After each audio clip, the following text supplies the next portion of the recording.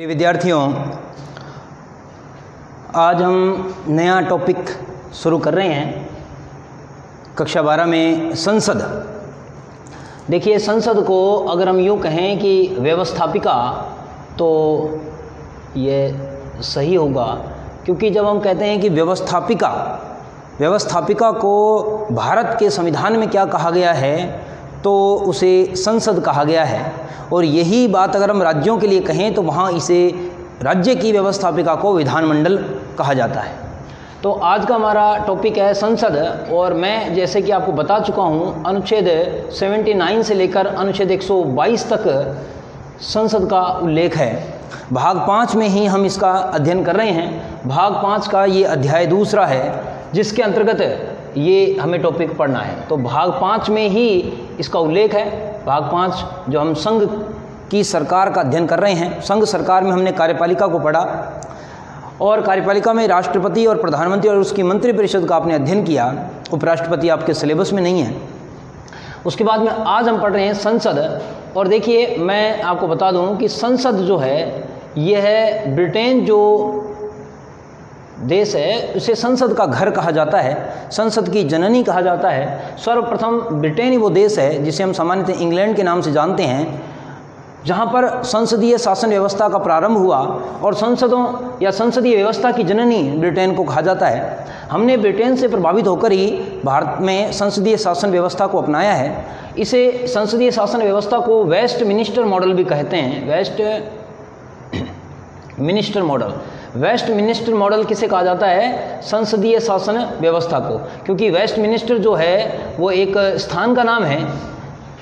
England में London के अंदर वेस्ट मिनिस्टर जो स्थान है वहाँ संसद बनी हुई है, इसलिए इसे संसदीय शासन व्यवस्था को वेस्ट मिनिस्टर मॉडल के नाम से भी जाना जाता है, संसदीय शासन व्यवस्था। अलग अलग देशों में संसद के अलग अलग नाम होते हैं, व्यवस्थापिका के अलग अलग नाम होते हैं। ब्रिटेन में इसे पार्लियामेंट और भारत में इसे संसद कहा गया है। अब अनुच्छेद 79 में जब हम बात करें तो इसमें संसद का गठन जो है वो लिखा हुआ है, संसद का गठन। और संसद का गठन 3 अंगों से मिलकर होता है, जिसकी चर्चा हम पहले भी कर चुके हैं। राष्ट्रपति, दूसरा अंग होता है राज्यसभा और तीसरा अंग होता है लोकसभा। तो हम जानते हैं कि राज्यसभा को उच्च सदन कहा जाता है। राज्यसभा उच्च सदन और लोकसभा निम्न सदन होता है। लेकिन भारत के संविधान में जब हम बात करते हैं सन 1954, तो सन 1954 से पहले इन्हें क्रमशः राज्यसभा को राज्य परिषद के रूप में जाना जाता था और लोकसभा को जनता का सदन कहा जाता था। जनता का सदन, ये परीक्षा में पूछा भी जा चुका है। अभी लेक्चरर की परीक्षा में ये प्रश्न आया था। तो राज्य परिषद जो है वो 1954 के बाद में राज्यसभा और जनता का सदन 1954 के बाद में क्रमशः लोकसभा के नाम से जाना जाने लगा है। तो हमें आज जो है वो राज्यसभा का अध्ययन करना है। तो राज्यसभा में राज्यसभा सदस्यों का निर्वाचन कैसे होता है, राज्यसभा जो है उसके क्या कार्य हैं, राज्यसभा सदस्य बनने की क्या योग्यता है, हम इन प्रश्नों का आज अध्ययन करने वाले हैं। आज का टॉपिक है हमारा राज्यसभा। देखिए, राज्यसभा जो है उसकी संरचना का वर्णन, राज्यसभा की संरचना का वर्णन जो है वो अनुच्छेद 80 में है। राज्यसभा की संरचना का उल्लेख हमें अनुच्छेद 80 में दिखाई देता है। और जब हम कहते हैं कि राज्यसभा, तो राज्यसभा के अंतर्गत सबसे पहले हम बात करें निर्वाचन। राज्यसभा के सदस्यों का निर्वाचन कैसे होता है? जैसे कि आप जानते हैं राज्यसभा को स्थायी सदन कहा जाता है। राज्यसभा बुजुर्गों का सदन, अनुभवी सदन, उच्च सदन, प्रथम सदन, ये विभिन्न नामों से इसे जाना जाता है। तो राज्यसभा स्थायी सदन है जो कभी भंग नहीं होता। यहाँ राज्यसभा सदस्यों का निर्वाचन जो है, ये निर्वाचन हमने दक्षिण अफ्रीका के संविधान से लिया है। निर्वाचन किस प्रकार से होता है, तो निर्वाचन जो है उसका उल्लेख जब हम पढ़ते हैं तो वह अनुच्छेद 84 में है।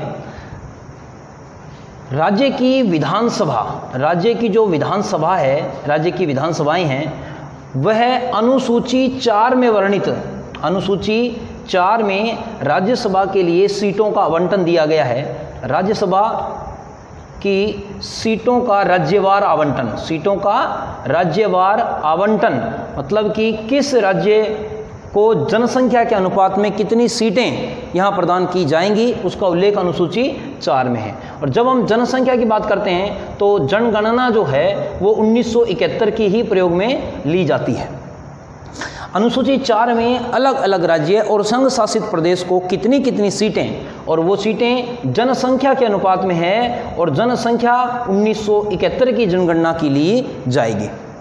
अनुसूची 4 में सीटें लिखी है, जैसे कि राजस्थान की सीटें हैं तो कितनी है, पंजाब की सीटें हैं तो कितनी है, ये कहाँ लिखा हुआ है, तो अनुसूची 4 में ऐसा लिखा हुआ है। देखिए यहाँ पर कुछ सीटें निर्वाचन के द्वारा भरी जाती है और कुछ सीटें मनोनयन के द्वारा भरी जाती है। अगर हम यूँ कहें कि राज्यसभा की अधिकतम सीटें 250 होती हैं, राज्यसभा की अधिकतम सीटें 250 होती है, तो उसमें 238 सदस्यों को निर्वाचन के माध्यम से और 12 सदस्यों को राष्ट्रपति द्वारा मनोनयन किया जाता है। जो राष्ट्रपति मनोनयन करते हैं, इन 12 सदस्यों में साहित्य, कला, विज्ञान, समाज सेवा, मनोनयन जो है वो साहित्य, कला, विज्ञान और समाज सेवा, ये जो 4 क्षेत्र हैं, इन 4 क्षेत्र में विशिष्ट नाम जिन व्यक्तियों का है उन्हें यहाँ पर राष्ट्रपति द्वारा मनोनीत किया जाता है। और मैंने आपको बताया था कि राष्ट्रपति द्वारा मनोनीत किए जाने का मतलब है गृह मंत्रालय इसकी फाइल तैयार करती है और गृह मंत्रालय जिस व्यक्ति के नाम का जो रिकमेंडेशन करती है उसी व्यक्ति को राष्ट्रपति द्वारा मनोनीत किया जाता है। तो हम बात कर रहे हैं निर्वाचन की। निर्वाचन में सबसे महत्वपूर्ण बात है निर्वाचन के अंतर्गत उसकी प्रक्रिया क्या है। निर्वाचन की प्रक्रिया क्या है, तो हमें यह ध्यान रखना है निर्वाचन के अंदर वही मेथड या वही प्रक्रिया को अपनाया गया है जो राष्ट्रपति के चुनाव में अपनाई जाती है। जैसे आनुपातिक प्रतिनिधित्व प्रणाली की एकल संक्रमणीय मत पद्धति। अंतर केवल इतना है कि राष्ट्रपति के चुनाव में मतदान होता है गुप्त मतदान होता है और राज्यसभा के चुनाव में खुला मतदान होता है। देखिए संविधान में यह बात लिखी हुई है कि निर्वाचन की पद्धति क्या होगी, लेकिन ये मतदान गुप्त होगा या खुला होगा यह संसद द्वारा निर्धारित किया जाएगा। संसद कानून बनाकर राज्यसभा में मतदान को गुप्त रखना है या खुला करना है इसमें परिवर्तन कर सकती है। तो खुला मतदान होगा, राज्यसभा के निर्वाचन में खुला मतदान किया जाएगा, यह व्यवस्था संसद की नियमावली के द्वारा है। लेकिन इसकी प्रक्रिया या पद्धति आनुपातिक प्रतिनिधित्व प्रणाली की एकल संक्रमणीय मत पद्धति होगी, यह संविधान में लिखित है। निर्वाचन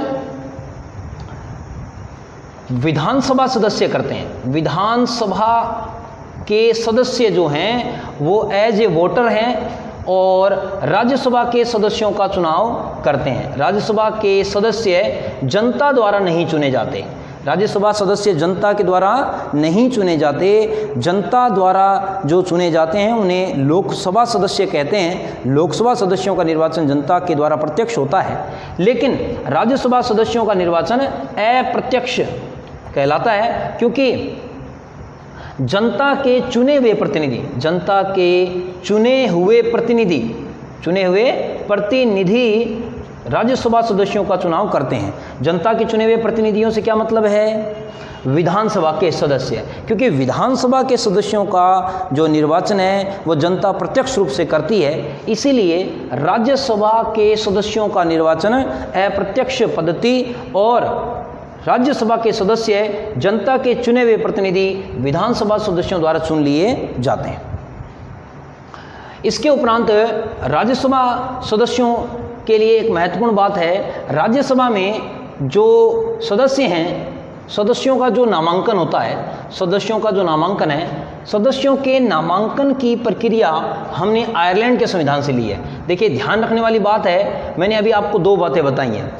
नंबर 1 मैंने कहा कि निर्वाचन जो है वो निर्वाचन का मेथड हमने दक्षिण अफ्रीका के संविधान से लिया है, लेकिन सदस्यों का नामांकन, सदस्य किस प्रकार से नामांकन पत्र भरते हैं, वो नामांकन की प्रक्रिया, ये हमने आयरलैंड के संविधान से ली है।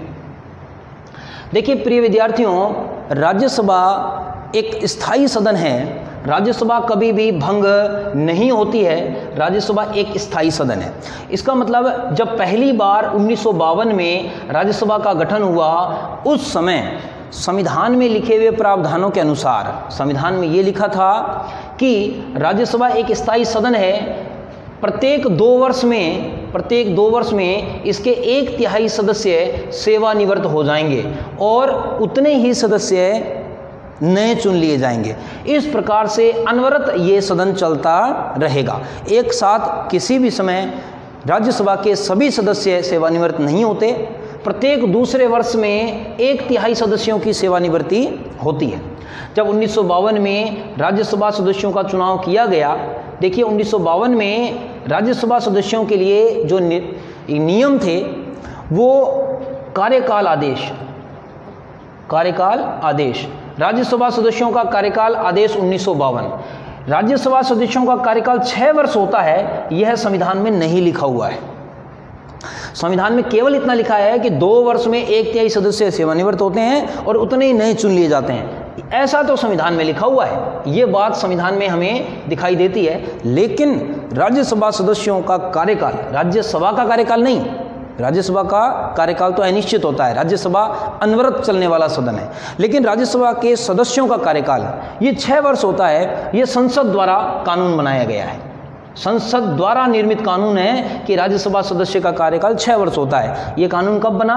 राज्यसभा सदस्य कार्यकाल आदेश 1952 के द्वारा बना है। इसका मतलब संविधान में जब आप देखते हैं अनुच्छेद 80 को देखते हैं, तब आपको कहीं भी 6 वर्ष लिखा हुआ दिखाई नहीं देगा। ये ध्यान रखने वाली बात है। तो राज्यसभा सदस्यों का कार्यकाल आदेश 1952 में जब बनाया गया, संसद ने ये कानून बनाया। सर्वप्रथम राज्यसभा के सभी सदस्यों को एक साथ निर्वाचित कर लिया गया। जब राज्यसभा के सदस्य एक साथ निर्वाचित हो गए, हम मान लेते हैं कि 100 सदस्य है, ये हम केवल एक मान रहे हैं, कंसेप्ट ले रहे हैं। आपको पता है कि राज्यसभा के सदस्यों की अधिकतम संख्या 250 होती है और वर्तमान में इनके सदस्यों की संख्या 245 है। अधिकतम कितनी हो सकती है? 250, और वर्तमान में कितनी है? 245 है। मान लीजिए कि 1952 में 100 सदस्य थे, तो 1952 के बाद में 1954 में आपको पता है 2 वर्ष में 1/3 को सेवानिवृत्त करना है। तो 100 में से 1/3 मतलब 33 सदस्यों को सेवानिवृत्त किया गया। सेवानिवृत्त कैसे किया गया? लॉटरी डाली गई, क्योंकि लॉटरी डालकर 100 सदस्यों के नाम की लॉटरी डाल दी। जिन 33 सदस्यों का नाम निकला उन्हें रिटायरमेंट देकर घर भेज दिया गया। हालांकि उनका कार्यकाल केवल अब तक 2 वर्ष ही हुआ था, ठीक है। उसके बाद में फिर 1956 में इतने ही 33 सदस्य नए आ गए, संख्या वही रह गई 100। इसके बाद में फिर 33 सदस्यों को 1956 में फिर 33 सदस्यों को लॉटरी के द्वारा सेवानिवृत्ति दे दी गई। ये वह सदस्य थे जो इन 100 में से जो पुराने 1952 में चुने गए थे वो थे। उसके उपरांत इतने ही नए वापस आ गए, संख्या वही बनी रही 100। उसके बाद में 1956 के बाद में आ गया 1958 का वर्ष। अब जाकर 1952 से लेकर 58 में जाकर कितने साल पूरे हो रहे हैं? 6 साल पूरे हो रहे हैं। यहाँ पर जो शेष 33 सदस्य बच गए पुराने सदस्य, इन्हें बिना लॉटरी डाले इनको सेवानिवृत्ति दे दी। फिर यहाँ जो नए 1/3 आए, अब जाकर राज्यसभा का एक निश्चित ढांचा निर्धारित हुआ और फिर प्रत्येक 2 वर्ष बाद में 6 वर्ष कार्यकाल पूरा करके सदस्य सेवानिवृत्त होते चले गए। ये पहली राज्यसभा का इस प्रकार से गठन किया गया है। उसके बाद में अनवरत राज्यसभा चलती जा रही है। इसका प्रावधान मैंने आपको बता दिया कि 2 वर्ष में 1/3 सदस्य सेवानिवृत्त होंगे, इतने ही नए सदस्य आ जाएंगे। मनोनीत सदस्यों का स्थान जैसे ही रिक्त होता है, मनोनीत सदस्य जैसे ही 6 वर्ष का कार्यकाल पूर्ण करते हैं, नया मनोनीत कर दिया जाएगा सदस्य को, और इस प्रकार से राज्यसभा की संरचना बनी रहेगी। देखिए, राज्यसभा में मैं जब आपको कहता हूं कि वर्तमान में 245 सीटें हैं, तो 245 में से मैंने कहा कि 238 निर्वाचित हैं, 238 नहीं 233, और फिर 12 सदस्य क्या हैं? मनोनीत हैं। 233 और 12 245 सदस्य कुल यहाँ पर हैं। यहाँ पर मैंने कहा कि निर्वाचित हैं, और फिर मैंने ये कहा कि ये मनोनीत है। मनोनीत कौन करता है? राष्ट्रपति। जो निर्वाचित सदस्य हैं उन निर्वाचित सदस्यों में से राज्यों से कितने सदस्य निर्वाचित होते हैं और संघ शासित प्रदेशों से कितने सदस्य निर्वाचित होते हैं। संघ शासित प्रदेश, अब आपको ध्यान है जम्मू कश्मीर संघ शासित प्रदेश बन गया है, तो जम्मू कश्मीर से 4 सीटें राज्यसभा के लिए निर्धारित है, अनुसूची 4 में ये लिखी हुई है। फिर उसके बाद में दिल्ली जो है एनसीआर, दिल्ली एनसीआर जिसे हम कहते हैं, वहाँ से 3 सीटें राज्यसभा के लिए निर्धारित है। उसके बाद में पुडुचेरी जो है, पुडुचेरी में 1 राज्यसभा सदस्य है। इस प्रकार से कुल 8 सीटें जो हैं वो कहाँ से निर्वाचित हो रही हैं, संघ शासित प्रदेश से। अब शेष रहेगी 233 में से आप 8 घटा दीजिए, कितनी शेष रह गई हैं, 225। 225 जो सदस्य हैं ये राज्यों से निर्वाचित होते हैं। 225 सदस्यों का निर्वाचन राज्यों से किया जाता है। जो पहले जम्मू कश्मीर राज्य के रूप में सीटों में काउंट हो रहा था, अब जम्मू कश्मीर की 4 सीटों को संघ शासित प्रदेश के रूप में हमें काउंट करना है। और हम कहें कि राज्यों के अंदर सर्वाधिक सीटों के आधार पर राज्य किस प्रकार से होंगे, तो एक ट्रिक है उमा तू बिबक, बस आपको ये शब्द याद रखना है। देखिए उत्तर प्रदेश जो है, उत्तर प्रदेश ये सर्वाधिक सीटों के साथ, क्योंकि जनसंख्या ज़्यादा है, 31 सीटें जो है उत्तर प्रदेश में है। वहाँ से महाराष्ट्र दूसरे नंबर पर आपका महाराष्ट्र है, महाराष्ट्र में 19 सीटें हैं राज्यसभा की, 19 सीटें हैं। तमिलनाडु तीसरा स्थान तमिलनाडु का है, और तमिलनाडु में अगर हम बात करें सीटों की, तो तमिलनाडु में 18 जो सीटें राज्यसभा की निर्धारित है। और फिर पहला स्थान उत्तर प्रदेश का, दूसरा महाराष्ट्र का, तीसरा तमिलनाडु का, चौथा स्थान और 5वां स्थान, चौथा स्थान जो है वो बिहार और पश्चिम बंगाल समान सीटों के कारण चौथे स्थान पर है। बिहार और पश्चिम बंगाल, वेस्ट बंगाल, यहाँ दोनों ही जगह पर 16-16 सीटें हैं, दोनों ही जगह पर 16-16 सीटें हैं। और फिर 5वें नंबर पर आता है कर्नाटक, और कर्नाटक जो है 12 सीटें कर्नाटक में। कितनी सीटें कर्नाटक में? 12। इसके अलावा अगर हम बात करें तो जैसे आंध्र प्रदेश है, मध्य प्रदेश है, आंध्र प्रदेश, यहाँ पर आप जब देखते हैं तो 11-11 सीटें आपको दिखाई देती है। फिर आप देखते हैं राजस्थान है, उड़ीसा है, आपको यहाँ 2 नाम ये याद रखने हैं, राजस्थान और उड़ीसा में 10-10 सीटों के साथ टाई है, 10-10 सीटें हैं। इस प्रकार से जो सीटें हैं वो अधिकतम से न्यूनतम की ओर हमें थोड़ा सा इसको ध्यान रखना होता है। बाकी संघ शासित प्रदेशों की सीटों के बारे में, सर्वाधिक सीटें जम्मू कश्मीर में कितनी? 4। फिर पुडुचेरी में 1 और एनसीआर, दिल्ली एनसीआर में 3 सीटें हैं। फिर इसके उपरांत जब हम राज्यसभा की बात करें तो अब आता है राज्यसभा के सदस्यों का कार्यकाल। तो आपने पढ़ ही लिया, कार्यकाल आर्टिकल 83 में बताया गया है, और मैंने कहा आपको कि 2 वर्ष में 1/3 सेवानिवृत्त हो जाएंगे, और अधिकतम कार्यकाल या राज्यसभा सदस्य का कार्यकाल 6 वर्ष होता है।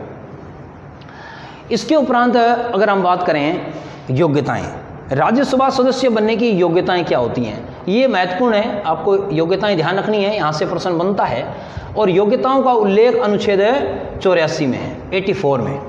देखिए योग्यताओं से क्या तात्पर्य है? योग्यताएं किसी भी व्यक्ति में वह निहित योग्यताएं जो उस पद के लिए अनिवार्य होती हैं। जैसे पहली है वह भारत का नागरिक होना चाहिए, राज्यसभा सदस्य बनने के लिए वह भारत का नागरिक हो।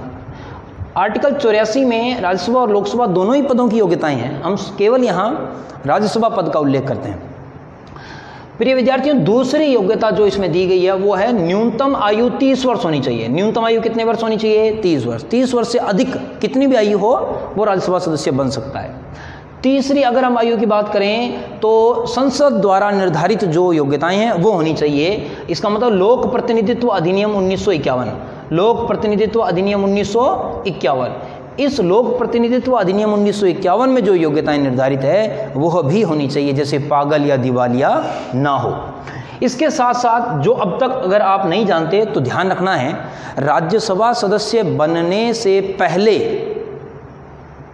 भी उस व्यक्ति को शपथ लेनी होती है। उस शपथ का प्रारूप अनुसूची 3 में दिया हुआ है। अनुसूची 3 में निर्वाचन आयोग द्वारा प्राधिकृत व्यक्ति के समक्ष, निर्वाचन आयोग जिस व्यक्ति को प्राधिकृत करेगा उस व्यक्ति के समक्ष जो राज्यसभा का निर्वाचन लड़ रहा है उस व्यक्ति को एक शपथ लेनी होगी, एक प्रतिज्ञा लेनी होगी कि मैं ईश्वर की शपथ लेता हूं कि मैं इस पद के लिए जो भी तथ्य प्रस्तुत कर रहा हूं, जो भी साक्ष्य दे रहा हूं वो सत्य है। इस प्रकार से अनुसूची 3 में वर्णित प्रारूप के अनुसार उसको शपथ लेनी होती है।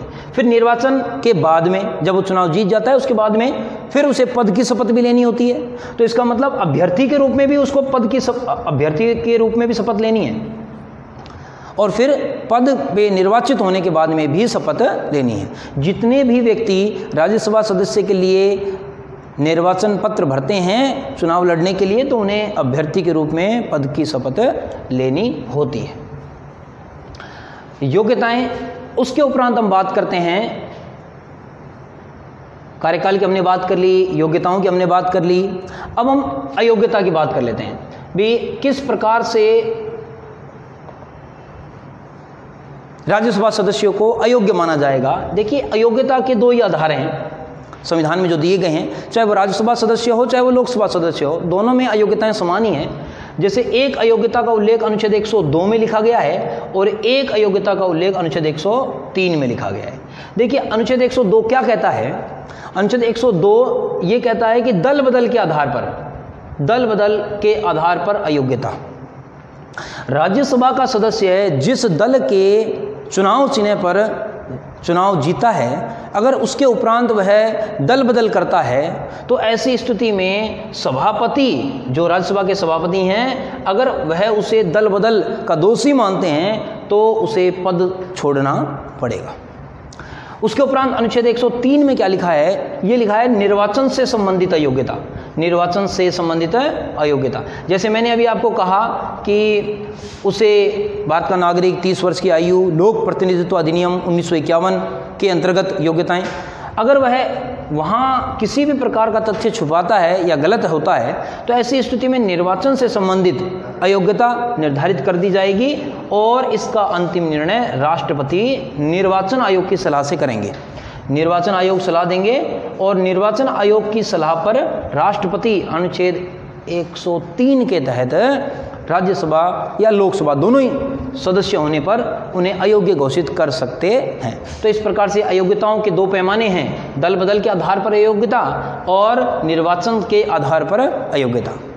तो प्रिय विद्यार्थियों, योग्यताओं में हमने बात कर ली, भारत का नागरिक, 30 वर्ष की आयु, उसे शपथ लेना है अनुसूची 3 के अनुसार और लोक प्रतिनिधित्व अधिनियम की 1951 के अंतर्गत पालना करनी है, और अयोग्यताओं में 102 और 103। अब इसके उपरांत हम पदाधिकारियों का उल्लेख कर लेते हैं भी राज्यसभा के कौन कौन से पदाधिकारी हैं। तो पदाधिकारियों में अगर हम बात करें तो एक तो सभापति, पदाधिकारियों में बात करें सभापति, दूसरे पे बात करें तो उप सभापति, और फिर अगर हम तीसरे पे बात करें तो महासचिव, राज्यसभा के महासचिव। ये 3 महत्वपूर्ण पदाधिकारी इसमें माने जाते हैं। आपको पता है कि सभापति पदेन होते हैं, इसका मतलब जो व्यक्ति उपराष्ट्रपति होता है, जो व्यक्ति उपराष्ट्रपति होता है वही व्यक्ति राज्यसभा का सभापति होता है। ऐसा कहाँ लिखा हुआ है? क्या संविधान में ऐसा लिखा हुआ है? हाँ जी, संविधान में अनुच्छेद 64 में ऐसा लिखा हुआ है। राज्यसभा के उपराष्ट्रपति द्वारा राज्यसभा के पदेन सभापति के रूप में कार्य किया जाएगा। इसका मतलब यह है कि सभापति के रूप में जो उपराष्ट्रपति हैं वह राज्यसभा के सदस्य नहीं होते। बिना सदन के सदस्य हुए अध्यक्षता जो की जाती है वो केवल और मात्र केवल राज्यसभा में ही की जाती है, और किसी भी दूसरे सदन में उस सदन का सदस्य ही उसकी अध्यक्षता करता है, चाहे वो लोकसभा हो, चाहे वो विधानसभा हो, चाहे वो विधान परिषद हो, कोई भी उदाहरण हो। लेकिन राज्यसभा ही एकमात्र ऐसा स्थान है जहाँ बिना सदस्य हुए। एक खास बात और है, राज्यसभा के सभापति मतलब उपराष्ट्रपति का कार्यकाल कितने वर्ष होता है? 5 वर्ष होता है, जबकि उपसभापति का कार्यकाल 6 वर्ष होता है। क्यों? क्योंकि उपसभापति राज्यसभा के सदस्य होते हैं। उपसभापति क्या होते हैं? राज्यसभा के सदस्य होते हैं। राज्यसभा के सदस्यों में से ही एक व्यक्ति को उपसभापति चयनित कर लिया जाता है, लेकिन उपराष्ट्रपति पदेन सभापति होने के कारण जो कि उनका कार्यकाल 5 वर्ष निर्धारित है तब तक ही पद पर रहते हैं। पहले सभापति कौन थे? तो पहले जो उपराष्ट्रपति थे वही सभापति थे। कौन थे पहले? सर्वपल्ली राधाकृष्णन। वर्तमान में कौन है? तो श्री वेंकैया नायडू हैं। तो पदाधिकारियों में जो पद है सभापति उपसभापति, इसका उल्लेख आर्टिकल 89 में है। सभापति उपसभापति दोनों पदों का उल्लेख कहाँ है? 89 में। उपसभापति का मैंने आपको बता दिया कि कार्यकाल 6 वर्ष होता है, क्योंकि वह राज्यसभा के सदस्य होते हैं और इनकी नियुक्ति इसलिए की जाती है ताकि अगर सभापति पद पर नहीं है तो उपसभापति राज्यसभा का सभापतित्व कर सकते हैं। इनका जो कार्य है वह सभापति की अनुपस्थिति में ही होता है। अगर वह अनुपस्थित हैं तो ही उनका कार्य होता है। पहले कौन थे? तो प्रथम उपसभापति थे एस.वी. कृष्णमूर्ति। एस.वी. कृष्णमूर्ति प्रथम कौन थे? एस.वी. कृष्णमूर्ति। एस.वी. कृष्णमूर्ति पहले उपसभापति थे। और वर्तमान में कौन है? तो हरवंश नारायण सिंह। हरवंश नारायण सिंह पहले एस.वी. कृष्णमूर्ति और वर्तमान में हरवंश नारायण सिंह। हरवंश नारायण सिंह।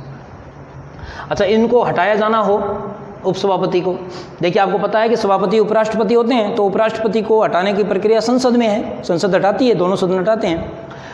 लेकिन उपसभापति को अगर राज्यसभा के तत्कालीन सदस्य, जितने भी सदस्य राज्यसभा में आए हुए हैं, अगर वह साधारण बहुमत से प्रस्ताव पारित कर दें, तत्कालीन सदस्य साधारण बहुमत से, तो उन्हें पद से हटा दिया जाता है। और महासचिव ये आईएएस ऑफिसर होते हैं, महासचिव के रूप में ये कार्य करते हैं। तो महासचिव जो राज्यसभा का जो सचिवालय है उसका उत्तरदायित्व इन पर होता है महासचिव के रूप में। तो इस प्रकार से राज्यसभा के प्रमुख पदाधिकारी होते हैं। अब हम अंतिम बात कर लेते हैं, कार्य क्या है। देखिए, राज्यसभा जो है वो एक ऐसा सदन है जो महत्वपूर्ण कार्य अगर हम कहें तो वह 2 महत्वपूर्ण कार्य करती है जिसकी पहल लोकसभा नहीं कर सकती। अगर राज्यसभा चाहे तो ही ये कार्य प्रारंभ हो सकता है। पहले की अगर मैं बात करूं, अनुच्छेद 249, अनुच्छेद 249 में ये लिखा हुआ है कि कोई भी राज्य सूची का विषय, आपको पता है कि शक्तियों का विभाजन किया गया है, 3 अलग अलग सूचियों में शक्तियां बांटी गई हैं, संघ सूची, राज्य सूची, समवर्ती सूची। राज्य सूची पर कानून बनाने का अधिकार किसका है? राज्य विधानमंडल का है। किसका है? राज्य विधानमंडल का। लेकिन राज्यसभा अगर ऐसा प्रस्ताव लाती है और कहती है कि अमुक विषय जो राज्य सूची का है, जैसे पुलिस, राज्यसभा ये कहे कि जो राज्य सूची का विषय पुलिस है वह राष्ट्रीय महत्व का है और इस विषय पर कानून बनाने का अधिकार संसद को दिया जाना चाहिए, तो ऐसा प्रस्ताव राज्यसभा ही ला सकती है। क्यों? क्योंकि राज्यसभा राज्यों की प्रतिनिधि सभा होती है। राज्यों का प्रतिनिधित्व कौन करता है? राज्यसभा करती है। और जनता का प्रतिनिधित्व लोकसभा। तो राज्यों की बात आ रही है, राज्य सूची की बात आ रही है, तो इस आधार पर राज्य सूची के विषय को राष्ट्रीय महत्व का घोषित करना राज्यसभा की पहल पर ही होगा। और फिर उस पर कानून, जैसे अब राष्ट्रीय महत्व का घोषित हो गया, अब कानून संसद बनाएगी। कानून बनाने के लिए चाहे प्रस्ताव पहले लोकसभा में ले आए, चाहे पहले राज्यसभा में ले आए, एक साधारण कानून बनना है तो संसद को शक्ति दे दी है और शक्ति देने के बाद में कानून बनाया जा सकता है। दूसरा महत्वपूर्ण कार्य जो राज्यसभा ही पहल कर सकती है वह है अनुच्छेद 312। देखिए, किसी भी नई अखिल भारतीय सेवा का सृजन करना है, अखिल भारतीय सेवाओं का सर्जन करना, अखिल भारतीय सेवाओं का सर्जन करना, ये राज्यसभा की पहल पर ही होता है। जब संविधान लागू हुआ तब आईएएस और आईपीएस 2 ही अखिल भारतीय सेवाएं थी। तीसरी अखिल भारतीय सेवा 1966 में आईएफएस, इंडियन फॉरेस्ट सर्विसेज, भारतीय वन सेवा, भारतीय वन सेवा को राज्यसभा ने 1966 में 312 के तहत ही नई अखिल भारतीय सेवा बनाया। मान लीजिए आज अगर कोई नई अखिल भारतीय सेवा बनानी हो, अच्छा से इंडियन इंजीनियरिंग सेवा है, या ये मान लीजिए कि भी जुडिशियल सेवा है, जुडिशियल सेवा हो, इंडियन जुडिशियल सर्विसेज और इंडियन इंजीनियरिंग सर्विसेज, या इस प्रकार से डॉक्टरों के लिए है, तो अगर कोई भी अखिल भारतीय सेवा बनानी है तो कौन पहल करेगा? राज्यसभा। किस अनुच्छेद के तहत? 312 के तहत। इसके अतिरिक्त राज्यसभा को कम अधिकार प्राप्त होते हैं। जैसे अगर हम साधारण विधेयक की बात कहें तो साधारण विधेयक में मैंने आपको बताया भी था कि दोनों सदनों में कहीं भी प्रस्तुत हो सकता है, चाहे पहले राज्यसभा में हो चाहे पहले लोकसभा में हो। दोनों सदनों से अलग अलग पारित होना चाहिए। दूसरा सदन अधिकतम 6 माह का विलंब कर सकता है। लेकिन यहाँ संयुक्त बैठक का प्रावधान है और अनुच्छेद 108 के तहत संयुक्त बैठक में लोकसभा की सदस्य संख्या ज़्यादा होने से लोकसभा इसे आसानी से पारित करवा सकती है। तो कुल मिलाकर राज्यसभा, धन विधेयक के मामले में राज्यसभा को कोई अधिकार नहीं है। उसके बाद में वित्त विधेयक के मामले में राज्यसभा को कोई अधिकार नहीं है, वे 14 दिन का ही विलंब कर सकती है। लेकिन संविधान में संशोधन करने के मामले में देखिए, अगर मैं ये कहूँ कि संविधान में संशोधन करना है, संविधान में संशोधन, इस मामले में राज्यसभा और लोकसभा को बराबर अधिकार प्राप्त है, समान अधिकार। प्रस्ताव चाहे पहले राज्यसभा में ले आओ चाहे पहले लोकसभा में ले आओ, कोई दिक्कत नहीं है। अनुच्छेद 108 के तहत संयुक्त बैठक बुलाई नहीं जा सकती। दोनों सदनों से पृथक पृथक पारित करना अनिवार्य है। अगर राज्यसभा पारित नहीं करे तो संविधान संशोधन विधेयक पारित नहीं होगा। आपको ध्यान होगा कि 1970 में श्रीमती इंदिरा गांधी के समय जब बैंकों के राष्ट्रीयकरण की बात हो रही थी, तब लोकसभा में वह प्रस्ताव पारित हो गया था, लेकिन क्योंकि वह संविधान संशोधन विधेयक था, लेकिन राज्यसभा में आकर वह प्रस्ताव एक मत से पराजित होने के कारण पारित नहीं हो पाया। संविधान में संशोधन करने के मामले में लोकसभा और राज्यसभा को समान शक्ति प्राप्त है। तो कई विद्वान ये कहते हैं कि राज्यसभा निरर्थक सदन है, लेकिन राज्यसभा की अपनी एक उपयोगिता है, क्योंकि लोकसभा जिन कार्यों को जल्दबाजी में अगर करना चाहे तो लोकसभा में जो विद्वान हैं, लोकसभा में जो अनुभवी लोग हैं, वो उस जल्दबाजी के कार्य को अपने परामर्श से सुधारने का प्रयास करते हैं और उसको सही तरीके से पारित करने का प्रयास करते हैं। इस प्रकार से विद्यार्थियों, राज्यसभा जो कि संसद का एक अभिन्न अंग है और संसद के 2 सदनों में से उच्च सदन के रूप में जाना जाता है, इसकी अपनी अलग भूमिका, अलग उपयोगिता है। तो आज के इस वीडियो में हम इतना ही बात कर रहे हैं। आप इसको अच्छे से पढ़ेंगे, समझेंगे। धन्यवाद।